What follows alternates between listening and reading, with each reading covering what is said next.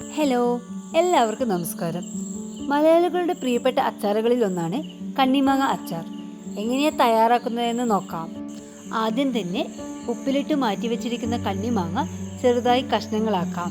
ഇനി മാങ്ങയ്ക്ക് ആവശ്യാനുസരണം മുളക് തിളപ്പിച്ചെടുത്ത മഞ്ഞൾ വെള്ളത്തിൽ അരച്ചെടുക്കാം.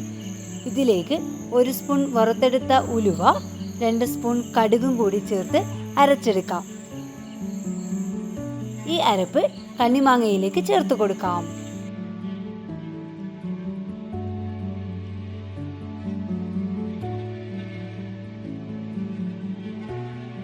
ഇതിലേക്ക് ആവശ്യത്തിന് വെള്ളം കൂടി ചേർത്ത് കൊടുക്കാം.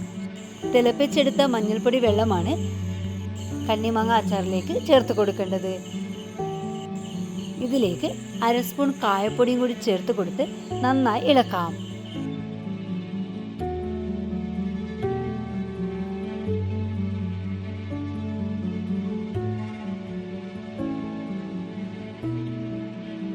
ഇവിടെ രുചിയൂറും കണ്ണിമാങ്ങ അച്ചാർ തയ്യാറായി. എല്ലാവരും ട്രൈ ചെയ്ത് നോക്കണം. വീഡിയോ ഇഷ്ടമാവുകയാണെങ്കിൽ like, share and subscribe. Thank you.